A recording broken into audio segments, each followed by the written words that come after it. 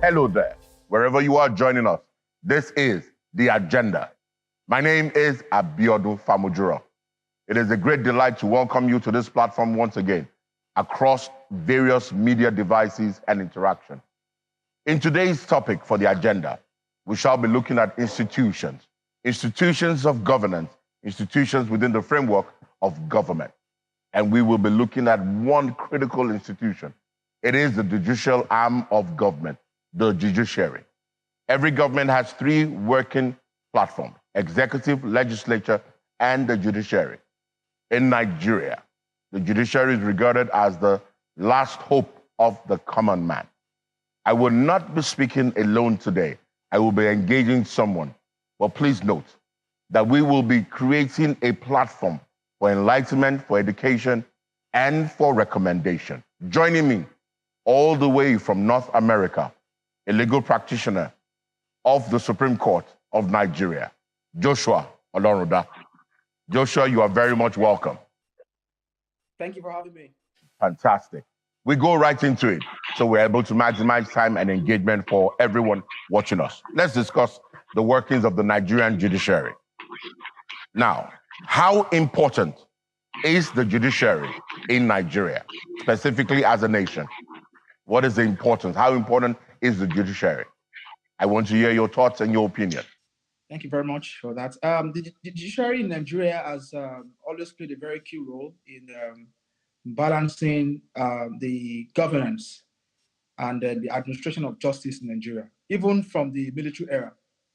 If you are familiar with the military system of governments, you know it involves the suspension of big constitutional rights and legal rights. But even at then, the judiciary stood up to its role in those days. We have examples of cases where people approached the courts, and despite the fact that the military made their stand so clear, respect to judiciary, and with respect to administration of justice. As a matter of fact, we had some military rulers then in Nigeria who would have loved to assume the role of the judiciary, but thankfully, we had very brave judges in Nigeria who put their life in line, just to see that people justice. We have plethora of incidences and cases there. And even today, we would not be, except we want to deceive ourselves. We know that the judiciary is faced with a lot of intimidation from the other arms of governments. Unfortunately, as it sounds, we also understand that in many states in Nigeria, some of the things that have to do with the finance of the judiciary and other things that would help aid justice in Nigeria are in the hands of the executive and the legislature. But despite this, we've had people who got justice in Nigeria. We have cases of people who had their appointments wrongfully terminated at their places of work, who were reinstated. We have people who had to suffer some bodily injuries or the other from rape and others. And we saw that people who were culprits in all these things were brought to justice, even in this country. All right, Joshua. Even though we know that the country... I need to come in here. When, for the agenda, for the purpose of the agenda that we're looking at in this particular series, we're looking at institutions. Now, a young person comes onto this broadcast and is saying, what about the judiciary? I am aware that we have the Supreme Court. I would like you to share with us, summarily, the workings of the Nigerian judiciary. Because some person will say, I'm not aware that there's a Sharia court. There is a Sharia court in Nigeria. So please share with us the inner workings, to the best of your knowledge, of the Nigerian judiciary. I'm talking about various stratas of various courts and the jurisdiction they carry.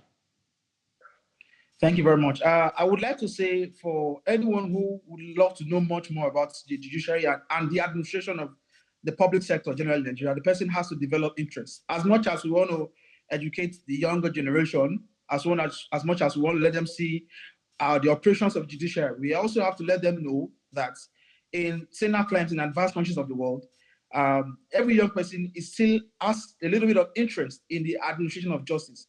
But kicking off from that, I would just like to lay some foundational foundational lessons or teachings on judiciary. Basically, the judiciary in Nigeria has separate sectors, several stratas, but the very common one to start with is the Supreme Court, because everybody knows about the Supreme Court. Everybody knows the Supreme Court has like the final court in the land. But to start with, basic justice can be gotten from many other sectors of the judiciary, many other levels of the judiciary. For example, we know and we understand that if it has to do with anything business or maybe industry or contract, or young people want to engage in businesses and all that. Young people want to know their rights in their places of work and their rights even in the tech world. We want to let them know, the young people know that the High Court, for example, is a very open place to access justice, and justice is not so far, is not so farther that like the way people see it. Some young people think that justice is so far and not something that is reachable. No, the court is an open place where justice can be accessed, and to make it more interesting, we also have some courts where you don't even need to necessarily, go through a lawyer, to get justice. We call them the lower courts of justice. The customary courts, for example, the Sharia courts in the north. There are places where you can just appear and make your open submission to the court. It's only when it gets to some very capital or maybe very serious offenses or serious cases where you may need to go to the High Court. So I just want the young people to know that the court system in Nigeria is nearer than they think. All right, Joshua. You mentioned the High Court. There is a federal High Court. There is the High Court of the states. There's the federal High Court. There is the magistrate court, right? There's a court of appeal that we have them in various jurisdictions across the workings of the nation called Nigeria. Can young people trust the judicial system for free and fair judgment? Can we encourage people within the nation of Nigeria and tell them, approach the court when you are seeking redress? Approach the court when certain things happen and you're not comfortable with them. Can we encourage them to do that? Can they trust the judicial system? Yes.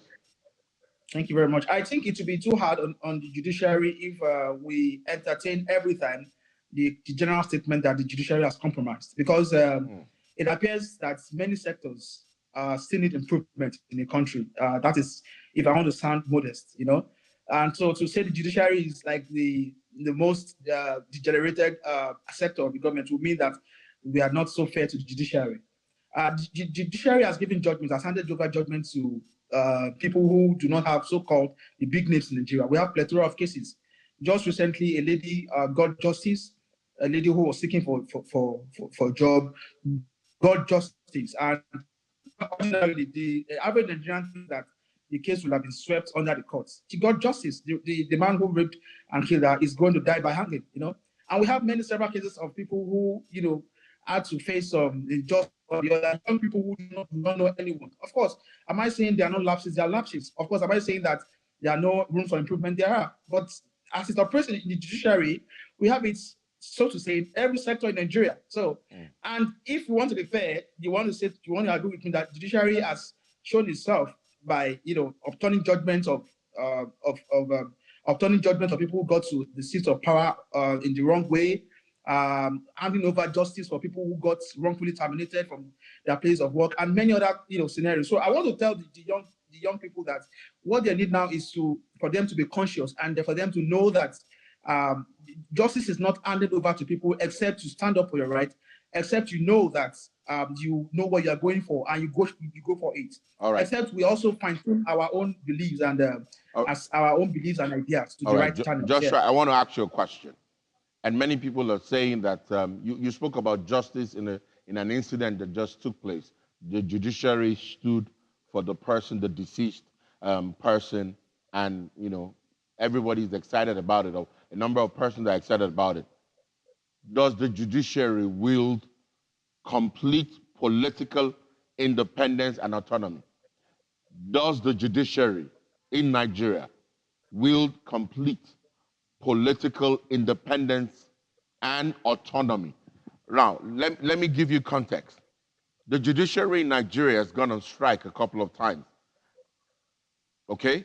Now, before you answer this question, I've given you the question. I need you to think about it. We're going on a short commercial break right now. When we come back, Joshua Olorunda will be answering the question, does the judiciary wield complete political independence and autonomy? This is still the agenda.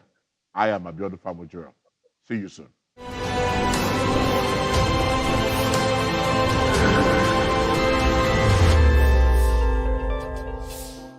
Welcome back. This is still the agenda. We're looking at the subject of institutions, examining the judicial arm of government, the judiciary, to be very accurate. Still with me is Joshua Olorunda. Joshua, before we went on a short commercial break, I asked you the question about whether the judiciary, the judicial arm of government, wields complete political independence and autonomy.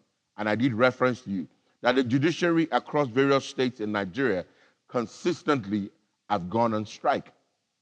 We believe that sometimes they are political gladiators.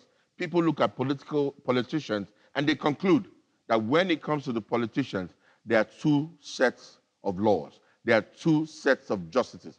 Please answer the question. Does the judiciary wield complete political independence and autonomy? Thank you very much. Yes. Thank you very much. The way the judiciary is structured in Nigeria, the appointments of judges in Nigeria is contingent on the executive and judiciary and the legislative, I mean. What do I mean? The National Judicial Council recommends a judge to the president of the country, especially in the superior courts. And when the president appoints the judge, the confirmation is subject to the Senate. Now, this is where the problem comes in, actually. One would expect that such processes should be done with all fairness and without any partiality or reasons for trying to choose a candidate you believe would favor your own ideas or orientation. But unfortunately, we've had cases where we see that some members of the legislative and judicial executive have disagreed on the appointments of judges because they feel some of them may be so tough on them and would uphold justice without any fear of favoritism. So coming from that angle, I would say that the judiciary does not have full autonomy. As much as I know that normally the judiciary would not just appoint someone without some checks and balances, as we have in all sectors of government across the world. But the fear of this is that some persons who do not have good intentions for the country, some persons who have sinister motives for having people that are theirs to be in judiciary, have tried to manipulate the process. So in a way, I would say that we desire more autonomy for the judiciary. I may not be able to give the way the autonomy should go exactly now, because I understand that we still have the process of checks and balances in the country. But the unfortunate thing is just that we have some individuals who, for their own sakes, for their own personal aggrandizements, would want to see persons that they feel that would dance to their own whims and caprices. But generally, I would say that the judiciary has its own extent of autonomy in the country. But yes, we can say that we can get a better one that has more independence than what we have now. Thank you, Joshua. I need to ask you this question. Autonomy to what extent? If the judicial members or the judicial society, the unions, they go on strike, the complaint has been consistent. It has been with regards to financial autonomy. It is believed that of the three arms of government in Nigeria, the judicial arm gets the least in terms of financial remuneration. So will you agree with me that the judiciary needs to get financial autonomy and be properly remunerated? The judges do a lot of work. The staff, they do a lot of work, but it doesn't appear that they are getting enough financial remuneration. So do you agree that the judiciary needs to have financial autonomy so that they do not have to go cap in hand? They are an arm of government. Why should they go cap in hand? Because the young people looking and watching, sometimes they wonder, a court is on strike. When the courts are on strike, or the judicial staff, not the court, are on strike, justice is delayed. Yes, Joshua. Thank you very much. Unfortunately, in Nigeria, the executive arm and the legislative arm of government appear to be the only ones that have the full autonomy. Even the legislative has its own limitations in that when it has to do with the various states in the country, we see that more or less the executive controls not just some sectors of the judiciary, but also a very large part of the legislative. So I would agree that, and I'm of the position and also a proponent of financial autonomy for the judiciary. The question seems to be that some people try to ask if judiciary actually is a major is a major sector for revenue generation in Nigeria. But I still tell everyone that the judiciary has a very key role in the financial sector of the country. The judiciary hands down financial, or let me say monetary sanctions to people who breach a part of the law, the constitution, or maybe any legislative any legislative law that has been passed. The judiciary, for example, has recovered some emoluments meant for the public that have been embezzled by the constitution. So I see no reason why this sector that doesn't even have many personnel like some parts like the executive or the legislature should not be autonomous. So of course I'm of the position. I am a proponent of financial autonomy for the judiciary. I believe if we have this, we're going to get better judgments and justice in the country. Thank you very much, Joshua. I take you to the next question, a very important question. In the life of every nation, there are elections. There are democratic institutions. And I'm talking about nations that have embraced democratic principles, not those who are still under military dictatorship. If there are elections and there are electoral disputes, they will go to court for the judges to determine what will happen.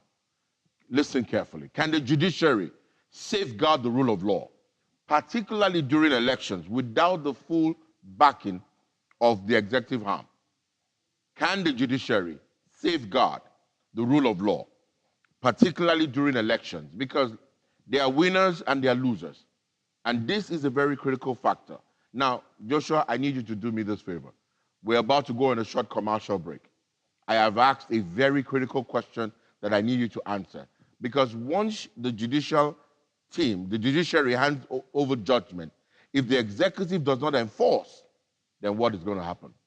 Wherever you are joining us, and if you have just joined us, this is the agenda. We're talking about institutions, and the judiciary is under the microscope for the purpose of education, for the purpose of enlightenment, for the purpose of empowerment. I am still Abiodun Famujiro. See you soon.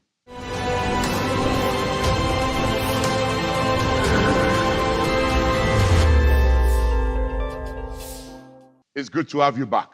This is the agenda. Wherever you are, welcome once again. Joshua, before we went on a short commercial break, we asked a very critical question. Elections, electoral disputes, safeguarding the rule of law, the backing of the executive for the purposes of enforcement and application. Please talk to us. I think at this point, we have to choose our words carefully and deliberately. Because sometimes when we use the word backing, it appears to be that the executive is maybe above the judiciary, which in normal society should not be so. They are all three arms of government, the executive, the legislature, and the judiciary, and they are meant to carry their own respective duties out. And I think one of the major problems this is not my personal opinion, this is what everyone and most people say, is that we have a country where, this is not me trying to talk down the country, but we have a country where it appears to be some individuals are more powerful than institutions. Because the role of the executive is just to execute whatever the other arms of government have put into law or have carried out, For example, if the legislature brings out a law, for example, it may be an act of parliament, the legislature is not going to be the one that will enforce it, because the police and the other arms of government are meant for that, are not under the legislature. And that doesn't make the legislature subservient to the executive. And the same thing operates with the judiciary, if you ask me. The judiciary, the role is to make sure that the system is balanced, the rule of law is upheld. In election, as the scenario we just painted out now, that the rightful person who are appointed after scrutiny in an open court system, that the rightful persons are installed as the governor or whatever position the person is holding. The role of the executive is just to make sure that this is carried out. This is just a role. It's just a role prescribed under the Constitution. Section 4 of the 1999 Constitution, enumerates and explains the roles of the executive.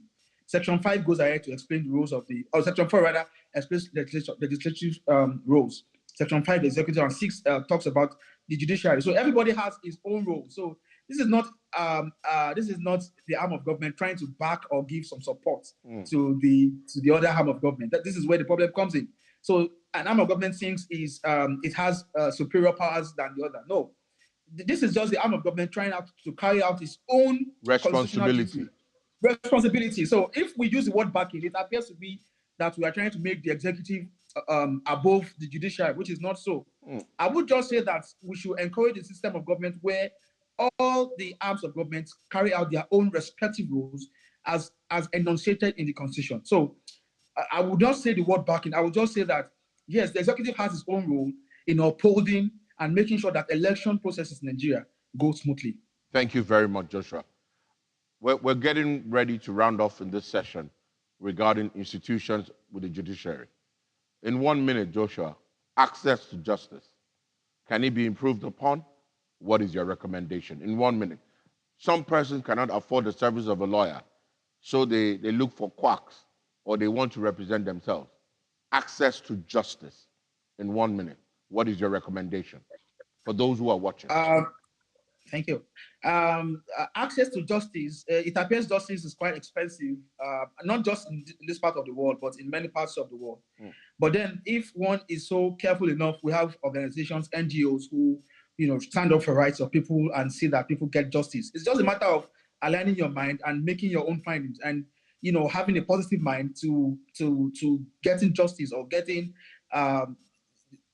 yourself involved in the administration of the country. Once you have that, we have sectors around, we have organizations around who are ready to stand up for the rights of people. And more interesting, even lawyers that give out bills and they won't go to court for free. It is a practice among lawyers. It is even recommended in our own rules of practice that lawyers should offer free services. We call it pro bono.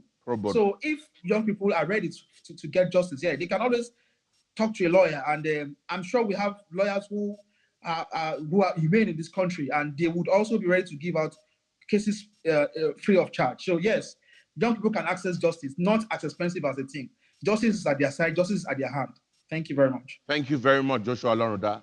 It has been a great delight having you on this session of The Agenda, where we are discussing institutions with the judiciary under review. Wherever you are joining us, please take note. The Agenda, we are having a significant amount of series. It is not just regards to institutions, but civic responsibility, you and I waking up to your consciousness, the empowerment of young people. The Agenda is here to transform, to change, to enlighten the agenda of the society called Nigeria. I look forward to seeing you on our next broadcast. My name once again is Adeboye Famujura. Connect with us on all our various social media platforms displayed upon the screen. It promises to be very engaging and insightful. Your feedback is appreciated whenever you are able to give it, objectively, passionately, and committed. I pledge to Nigeria, my country. God bless you. Till I come your way next time, have a fantastic time and see you soon. Bye for now.